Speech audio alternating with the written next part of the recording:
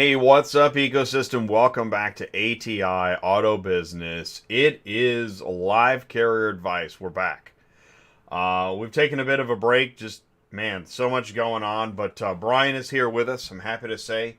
Standing, waiting in the wings, waiting in the truck. And so let's do this. Just before we bring Brian in and get your questions ready, I'm sure you've got something going on other than loads and rates. I mean, we could talk about loads and rates. Be happy to. But if you've got a burning DOT question, a regulation, a news article, something you want to talk about, that's what we're here for. And you can click share, click copy, grab that YouTube link. Look at that live chat just going crazy. This is what happens when you take several weeks off.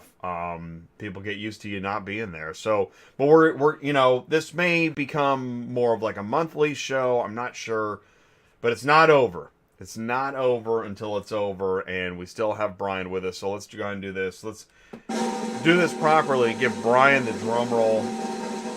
Please do welcome Brian Riker, your DOT guy. Brian, can you see me and hear me okay? Yeah, I can, Jay. How am I coming through on your end? Good, good. All right. Yeah, I don't have my normal headset. It's not working today. I know. And I'm coming to you from the inside of a hollow metal tube known as a City Master van. So, oh yeah, you hear me? You're in a city because you are. I mean, you are as busy as ever, driving, delivering. What's been going on? A lot has been going on. We had a couple of trade shows since we last talked. It's end of year, so the dealership, even though vehicles are scarce, the customers want to take delivery before December 31st for their tax credits. And so the drive away portion, moving all the new tow trucks and car haulers, is extremely busy. I won a big client, so I have full-time person and a part-time person developing a whole bunch of material for a large client. And I'm actually sitting in the parking lot of a smaller client, about 30 trucks. I just got done doing a mock DOT audit for them. So it's been very busy.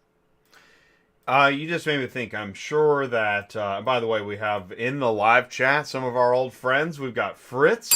What's up, Fritz? David at Two Bears is here. What's up, David? Howdy, howdy. Long time no see. Yeah, it's great to see you guys. Thanks for tuning in, saying hello. So I think because when I talk to Sue and it's December, you're busy and you're talking about things going on and maybe like rush before the end of the year. But do the load boards reflect that? This year is anything but typical. So no, the load boards aren't showing your normal November to January freight spike where everyone's trying to get everything off the books before the calendar year ends. The latest report that I just heard, general speaking, not necessarily auto transport, but generally speaking, truck volume is still up compared to number of loads available, which is part of why we're seeing depressed rates out there. So we're in anything but a typical freight year right now.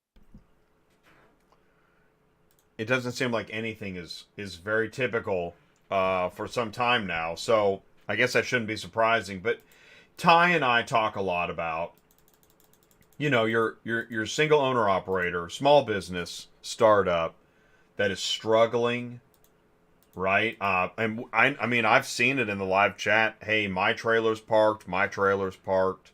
Are you seeing that?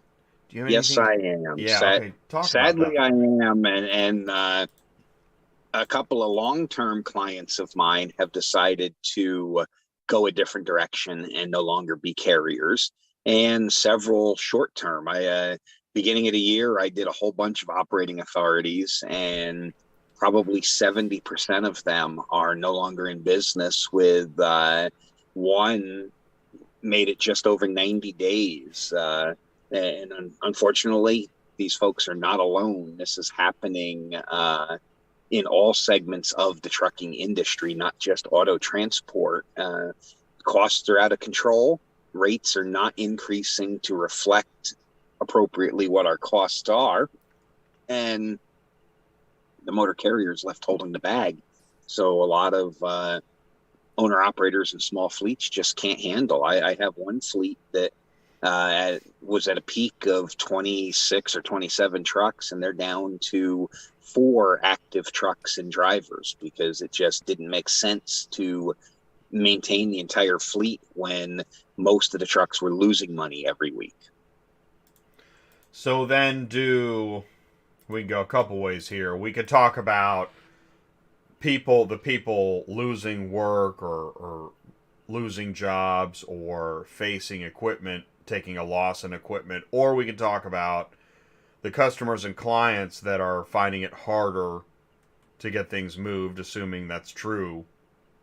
What direction you want to go with this, just as far as talking marketplace? Because Ty and I talk about how we're not sure if the clients know this is happening. We don't know what they know. No, to a lot of the clients, they're not seeing anything other than maybe a different driver than what they're used to seeing at their facility, if they even pay attention to the driver. I don't think there's a slowdown in getting freight of any type, cars included, moved right now because there's excess capacity on the market. Even with companies going out of business, there are still more trucks and drivers available than there are loads to haul in most markets. So your client isn't seeing anything. The brokers, they're probably noticing a struggle in getting high quality operators. So to the client, stuff's moving, and it's still moving at a rate that they're used to paying, which is part of the problem because the rates have not adjusted to reflect our true cost of operations. So the carriers, we're the ones that are struggling and noticing costs are up, parts availability to repair our vehicles are still difficult. Almost 3 years into this COVID mess, we still can't get spare parts. Certain size tires aren't even being produced right now. So yeah, the burden right now is on the small business motor carrier more than any other segment of the transportation network. If you're a business owner, can you explain some of this to a client, and that's why you're raising the rate? Will they be able to accommodate, or do you think they'd push back? What do you think is happening? Well, if you have historically had a good relationship with your clients, then yes. If you get your work from the load board and a lot of spot market one-off type of freight, no. That rate that they're offering is their all-included rate, and they know that somebody else is going to grab it up and haul it if you don't. But I've always recommended that we have our own direct client relationships, and they're facing pressure just like you are.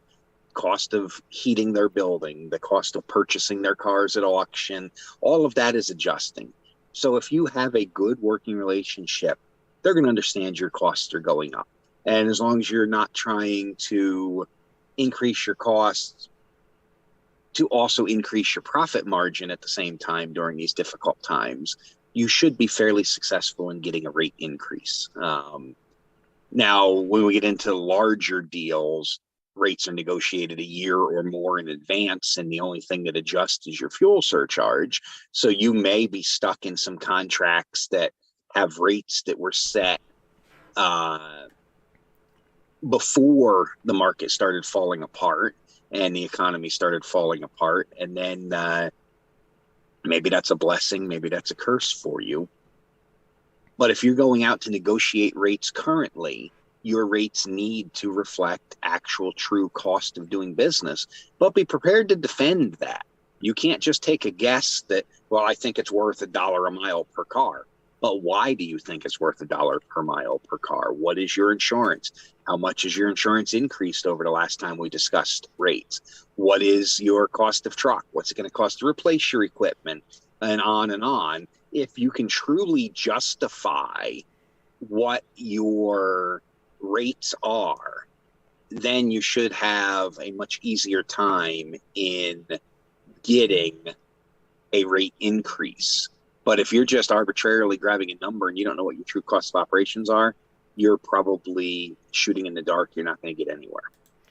I like actually, so that you just made me think. Even though I mean this is tough news, I guess if you could compare the price that you paid for certain things then and now, and calculate that percentage of increase, now you've got hard data to bring to your client, your customer, and I suppose it makes the squeeze on the load board even tougher because those rates are just as or not as negotiable as they always were, which is going to feel even harsher now.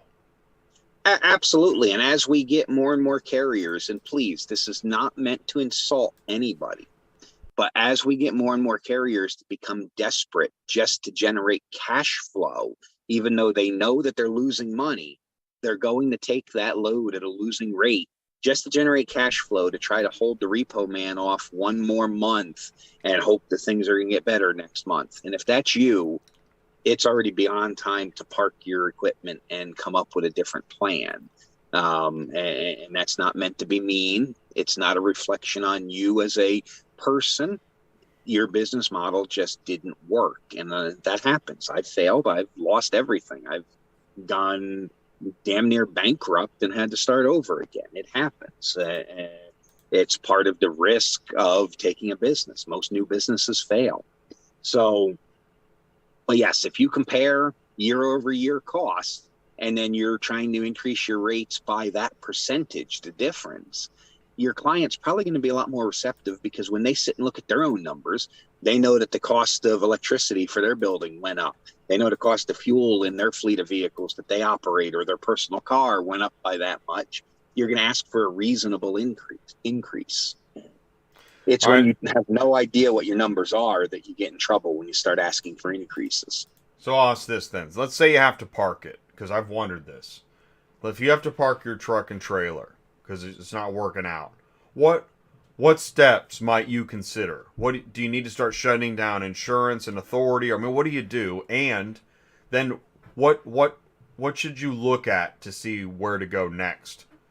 Well, that's a very timely question because that is probably the number one question I have received since about October is, hey, how do I shut my authority down? And the first thing you have to really consider is your equipment owned, and do you plan on trying to hold on to it to start up again at a later date, or are you going to park it and sell it, or are you letting it go back to the bank? Because that's going to dictate what you can do with insurance. Because if it's owned, you don't want to park it without insurance because then you could lose it should somebody vandalize it, it catch on fire, it gets stolen. If it's owned and financed and you're just saying, well, I can't even afford to be on the road, but I can still afford to make this truck payment, and you want to just park it, you're still going to need insurance on it to keep the bank happy, or they're going to put their own insurance on it, or they're going to use that as a violation of your finance agreement, and they're going to repossess the vehicle because you're not protecting their asset. So you have to decide first and foremost, are you parking and selling, or are you parking and retaining to use again later? And then that tells you whether you can just flat out completely cancel your insurance, or if you have to talk to your insurance agent and come up with a reasonable compromise to keep that vehicle protected. And then if it's not properly insured to be driven, obviously you have to surrender your registration plates, which may be a problem where you're going to park and store your equipment if you're not allowed to store unregistered vehicles. So you got to make that decision first and foremost. Am I just parking and walking away? Or am I shutting my trucking company down and I'm going to lease on to another carrier? Then that's a whole different set of considerations. So once you've decided what you're doing with the equipment and how you're going to physically protect it if you're maintaining ownership of it, then you wind up your operations and you get the equipment to where it's going to sit and you don't have to operate it for a business purpose anymore. And you notify your insurance company that you're shutting down. That's going to trigger a 34-day waiting period. It's 30 days minimum by law. They have to give notice. So it takes about 34 days from the day you say, I'm done, let me cancel my insurance, before it's actually canceled. So don't expect to just shut down December 31st and tell them December 31st and not still pay your January insurance premium. That's not going to happen. So you got to keep your insurance company in the loop so that they know what's going on and they know when you plan on ceasing operations. If you tell them too soon, they're going to send out that 30-day notice, and then no broker is going to load you. So if you're trying to work out the last 30 days, you're going to have a very difficult time if you let your insurance company know, say December 1st, you wanted to stop December 31st. They're going to send that notice out because they're required to. You're going to have a hard time getting loaded by about the second week of December. So be prepared to pay an extra month of insurance. Once the equipment's parked, insurance is notified, then you file with the FMCSA an updated biennial update or routine update to your MCS 150 saying you're out of business. Then you also file an update for your MC number saying you are out of business. And then whatever state accounts you have, like New York highway use tax, New Mexico weight distance, Kentucky utilities, you would file your out of business notifications on them so that you don't get penalized for failing to file when you're due your next filing. And then lastly, you preserve your records. You have record retention from anywhere from 6 months to 7 years, depending upon what type of record it is. And so you put that away somewhere safe. That way, when the DOT auditor or the tax auditor comes knocking on your door 2.5 years or 4.5 years from now, you can show them the records that they want. Because remember, your tax returns, they can audit them several years after they're filed, and it normally takes at least 1.5 to 2 years before they get around to auditing a return. So you have to keep these records. Just because you're out of business doesn't mean you can put that all in the trash can and forget about it. You with me so far, Jay? Yeah, I'm going to ask you this then. Let's say you are thinking that you need to shut it down. From the time you make that decision to the time that you've fulfilled your obligation with notifications, etc., how long do you think that takes? Anywhere from a couple of days to a month.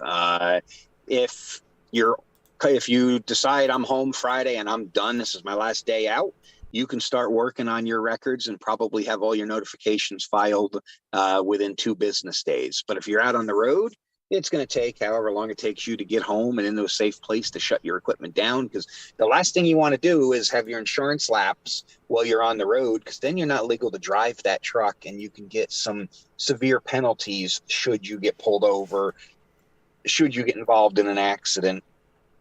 Don't make the bad situation any worse by trying to run outlaw once you don't have insurance and don't have operating authority. So make sure that you build in enough time from when you're going to let your insurance go to get your equipment parked and get somewhere safe.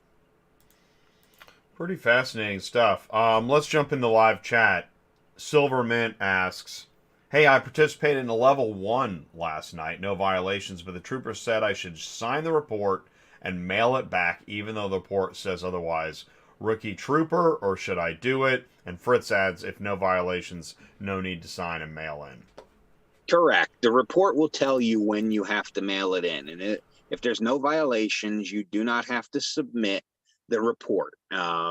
It doesn't do any harm to sign a copy and mail it in, but you're not required to if no violations were discovered. The trooper may have been trying to tell you to sign it and turn it into your motor carrier, and he may have not expressed that clearly, because the motor carrier still needs to keep a copy of that report even if there's no violations on it.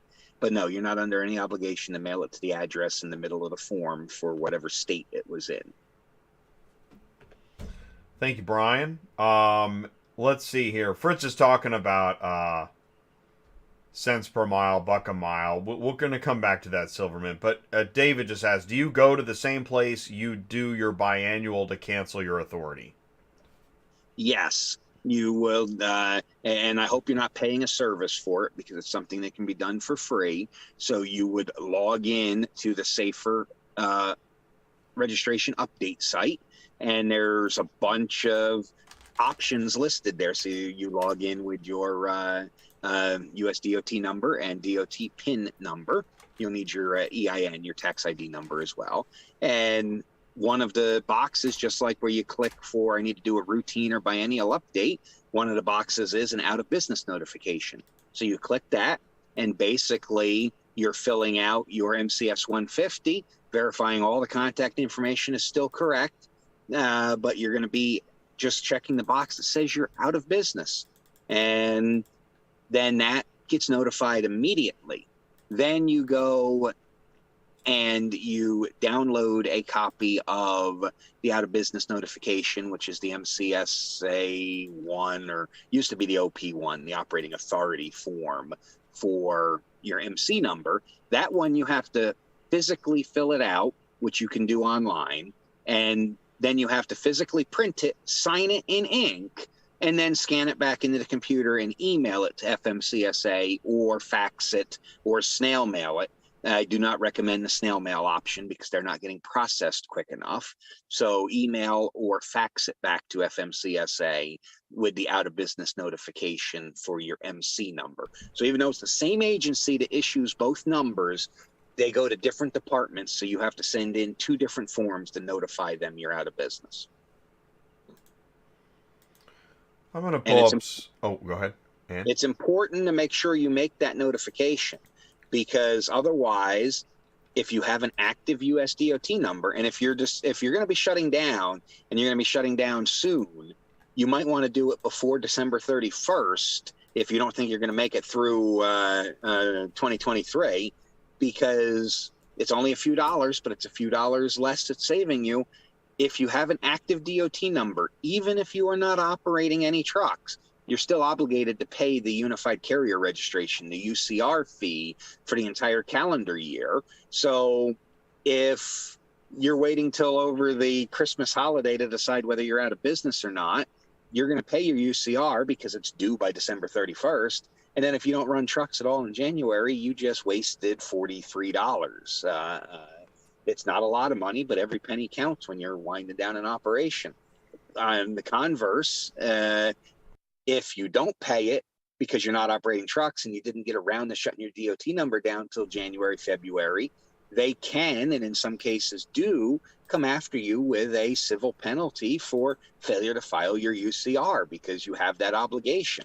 So you want to cease all your obligations for continued regulatory filing as soon as you know you're out of business. File your out of business notifications. And the same, and I can't speak for individual states, but the same can be true to your business entity. If you formed a corporation or an LLC or anything like that, check with your state, because they will have unique requirements for a final tax return or some other out of business notification that if you fail to do, penalties and interest accrue, and you really don't want to make the bad situation worse with extra penalties. Let's see here. We're over halfway through. I've got some, at this point, I don't know if straps are really as interesting as usual. Although what do you think of this picture, Brian? This was sent in by, I can't remember who sent this in. Can you see it? Well, yeah, I can see it. First of all, I don't like the way the over the tread straps are installed. That idler that hooks back into the deck needs to be much closer to the tire. That strap needs to hug the tire, and that should be almost under the wheel, front and back side of it, it's going up and over and pulling straight down on the tire. The whole purpose of that style strap is to just increase the friction between the tire and the deck to hold it. So I don't like the way that strap is installed. It's not installed properly. And now I'm looking at the big yellow strap that looks like it goes up and over the spring, and then yeah. And so there's no edge protection in there to prevent it being cut. Well, I appreciate the extra securement because of the weight of that vehicle. That's a heavy vehicle that's on the trailer, and so its aggregate weight may exceed the weight ratings of the over the tread straps, since most of your over the tire straps are somewhere in the 3,500 pound range, give or take a couple hundred, depending upon manufacturer. I appreciate the extra securement, but it needs to be installed properly or it's still a DOT violation. And if DOT sees cuts, frays, or abrasions on that strap where it's making contact with the spring hanger, then they're going to say that strap is useless. And even if it wasn't required, you will still get a violation for defective securement on your surplus securement. So if you're going to do something extra, make sure it still meets industry standard so that you do not end up with a violation for it. Because the argument DOT makes is, well, we don't know which one of those straps is actually extra, so we have to treat all of them as if they are required securement. Thank you, Brian. How about this? I found this interesting. On I-40 heading east through Arizona, I couldn't dodge, no pun intended, all these 3-bed, 2-bath potholes. Now my dash is lit up like the 4th of July. My trailer brake stopped working momentarily too. Pulled over, checked the fuse box, make sure all my connections to the trailer were good, drove to the truck stop, check engine light is the only one still on, and my trailer brakes are working again. So am I going to have to go to the dealership? Do y'all have some insight where I can check and do this myself? Thanks in advance. There was a lot of comments on this. Well, it sounds like must have had something make and break connection a couple of times to trigger something. In cases like this, sometimes you can get away with just disconnecting the battery for 15, 20 minutes and resetting it. Inspect all of your wiring harnesses, especially where they connect into and through the firewall, the body control module, stuff like that, because you might find a loose connection that those 3-bedroom, 2-bath potholes brought to attention. And I always try to go to a free source before I go to the dealer. So most of your auto parts stores today will plug in a diagnostic scan tool and tell you why the check engine light is on. Not all of them have the tools that can handle the diesel motors in these 35 and 4500 series trucks. But it's always a good place to start with a Advance and AutoZone and O'Reilly, something like that, that has a free, we'll check it and tell you what it is, type of service before you pay a service technician to plug in and reset it and say, all right, drive it and see if it comes back on. But unfortunately, with the way these computers work, sometimes that is your only option to get the light to go away, is to go to a service center and have it reset. One of the reasons I chose to shed light on this was that I thought, it's as if there's not enough problems to deal with in running a trucking business. But then you've got additional random stuff that can really eat up your day and your thought process and your time. Which brings me back to, Silverman talking about justification of $1 a mile, somebody just throwing that out there. I mean, I don't know how you calculate all the considerations that all the factors that go into the recipe of what it's going to take to build a profitable trucking business in today's marketplace. I don't know how to wrap my head around that. Well, it's like you would calculate for any other business, but what makes trucking more difficult is we have a lot more variable expenses than other businesses. Your typical retail store, they've got a fixed cost for that building. A lot of times your retail space even comes with all the utilities included. So you're going to spend $1.50 a square foot for your retail space, and that covers your lights and your heat and your air conditioning and the plumber when the bathroom plugs up and all that. Trucking, we don't have that.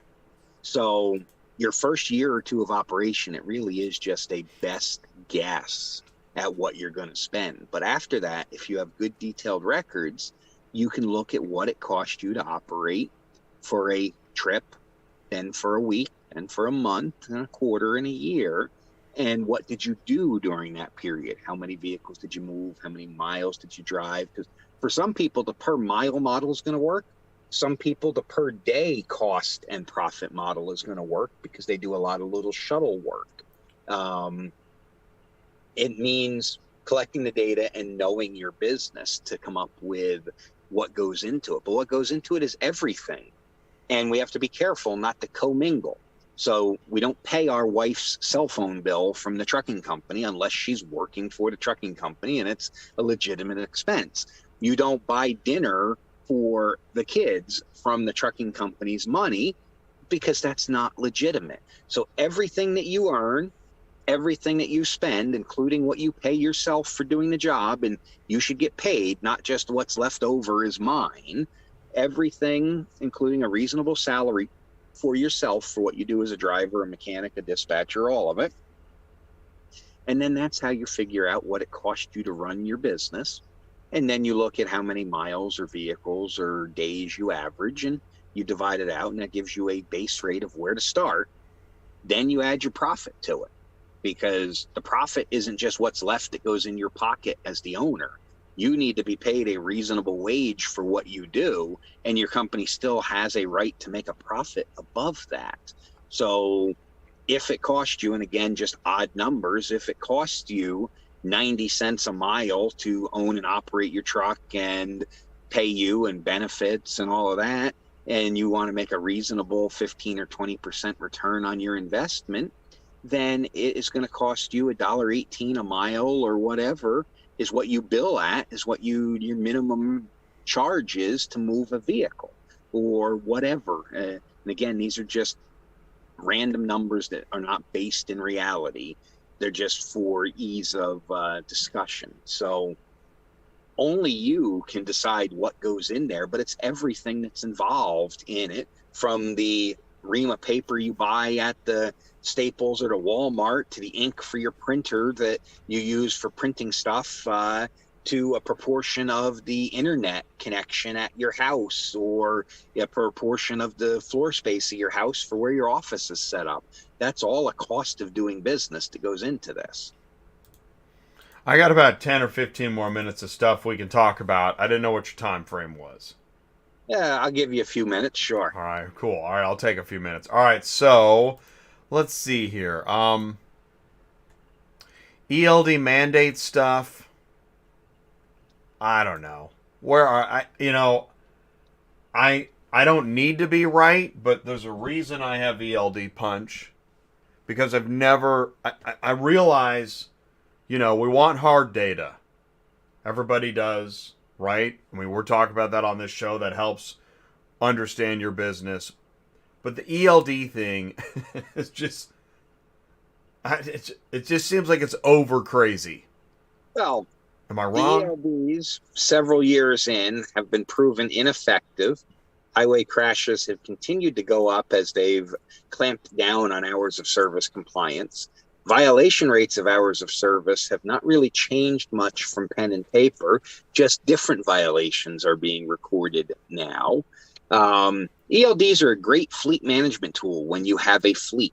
And if I was still running 15 or 20 trucks, I absolutely would have ELDs and GPS tracking and all of that on my fleet.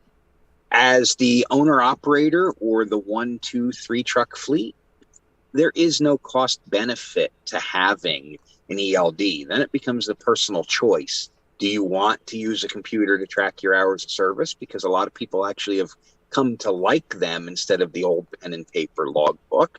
Or do you want to just use a simple pen and paper record keeping system? So ELDs have not met the targeted goal of reducing highway crashes. They have not worked in managing fatigue, because the hours of service rules are the problem, not the method we use to document compliance with the rules. And FMCSA has begun to realize this, but whether they're going to do anything about it or not remains to be seen. I'm going to share then. So I saw this. So you've got a veteran trucker asking for a personal 5-year exemption. You've seen this story? There's actually several individual truckers that have filed various versions of a exemption based on their safety record for the length of time that they've been driving. And the FMCSA is not going to grant any of them, because you can't, even though you have an equivalent means of safety, because you've got a 15-year veteran with no accidents, no incidents, that doesn't demonstrate that what you're doing meets an equivalent level of safety. And it should, but it doesn't in their eyes. So they will never be granted. They're never going to give an individual an exception from hours of service because they have a good safety record. They should. It's something that should be considered. If we look at our brothers down under in Australia, you can take some special training courses on fatigue management, subject yourself to an annual sleep study, and you can get a special version of their commercial license that allows you to drive up to 16 hours in a day instead of their standard 11 or 12-hour limit. Their hours of service are very similar to ours. And so that's a pay to play. You can drive a little bit longer if you're willing to pay. But you have to have a safe record to even begin to apply for that.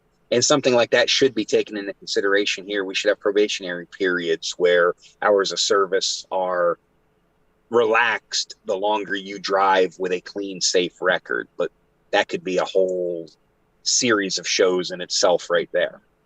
Final piece is, actually, I wanted to talk about truck parking. I've got speed limiter proposal. All right, so what's going on with the speed limiter proposal? Now, it was resurrected from the dead. It went away for a couple of years, but I guess it didn't completely die. And it's a priority of the current administration to cause congestion and clog up our highways. And the best way to do that is to put speed limiters on. I'm being facetious there, but only slightly. But what is the deal? I mean, how? The deal is a misunderstanding. When you look at the standard crash report that a law enforcement officer fills out, there's a box if speed was a contributing factor. And speed is often a contributing factor in motor vehicle crashes, whether it's cars or trucks. We understand that. There's a box driving too fast for conditions. When we look at this together, they'll say that in 70% of truck-involved crashes, speed was a factor. But they don't go any further digging into the data because they don't want to. It doesn't support their position to see that it was the non-commercial vehicle that was exceeding the speed or had the unsafe speed, or that speed was a contributing factor, but the speed that the crash happened at is still well below the thresholds that they're proposing of 60, 65, or 68 miles an hour for a speed limiter. So having all the trucks speed limited to 68 miles an hour on the highway is going to have zero effect on the vast majority of the crashes that happen at speeds below 55. So it's just another problem, another solution in search of a problem that does not exist. And this is what the regulators and the so-called safety groups can't seem to understand. A, speed differential, having cars and trucks going vastly different speeds, is ludicrous. You're a former California resident. You've seen the 55-mile-an-hour trucks and the 75-mile-an-hour cars. It is dangerous. Yeah. Well, there's plenty of lanes, luckily. This is why everybody hates I-80. Mm-hmm. Want to hate I-80 more? Say yes to speed limiters. Exactly. And it will drive you nuts in the future.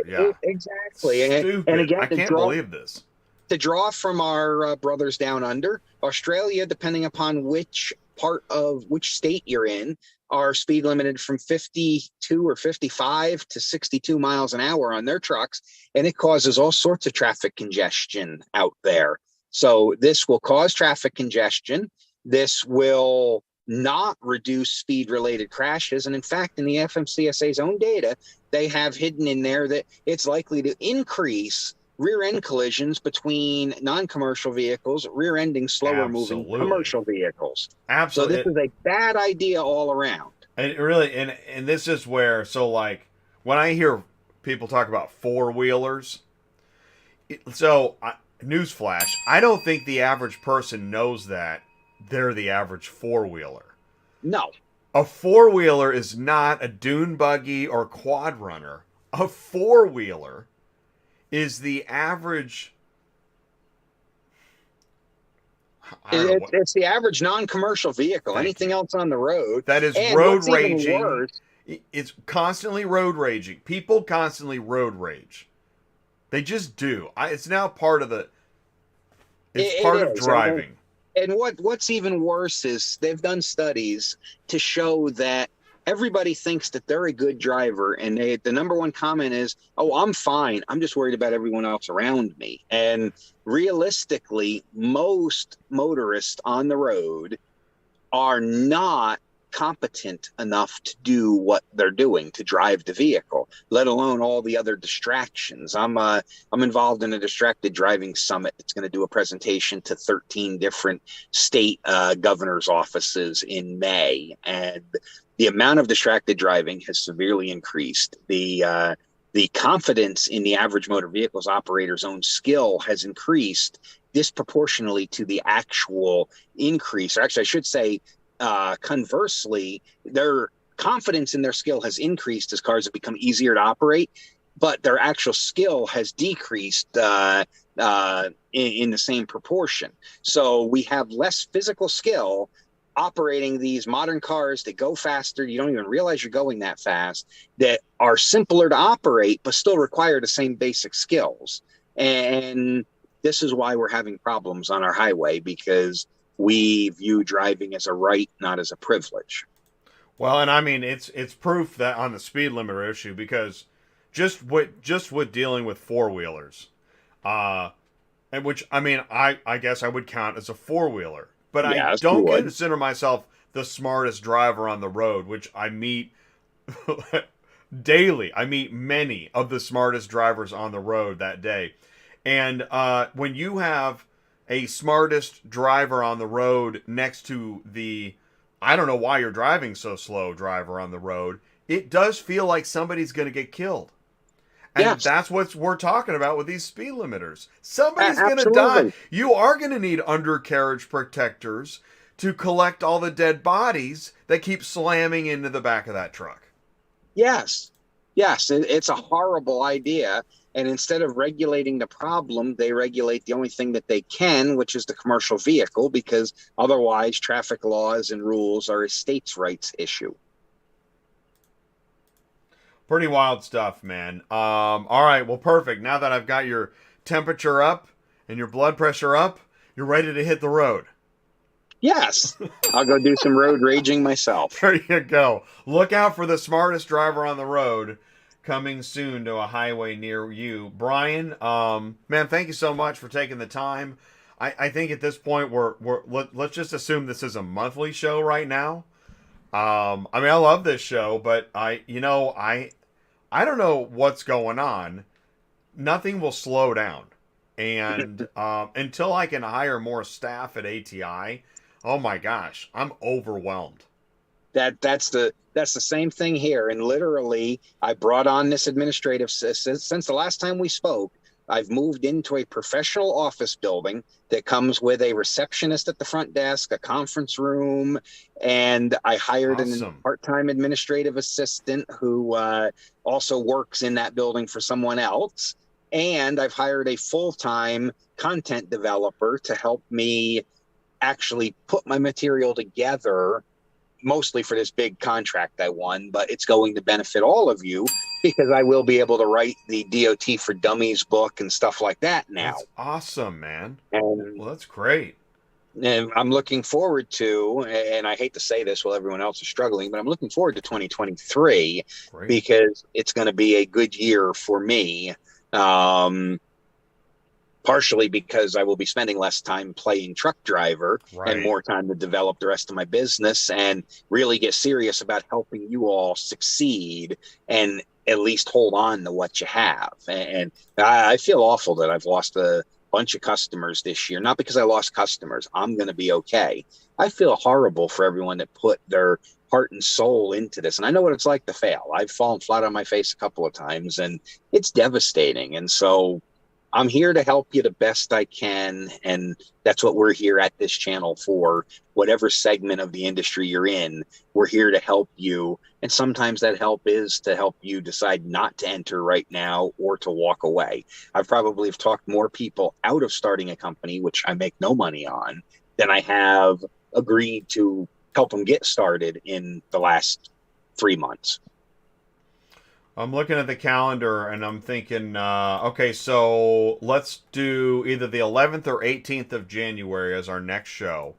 Okay. And so I'll touch base with you at the beginning of the year. I mean, that's great. That's great news, Brian. I mean, I know everything is bittersweet right now. Yes. And so we just have to everyone's just doing whatever they got to do.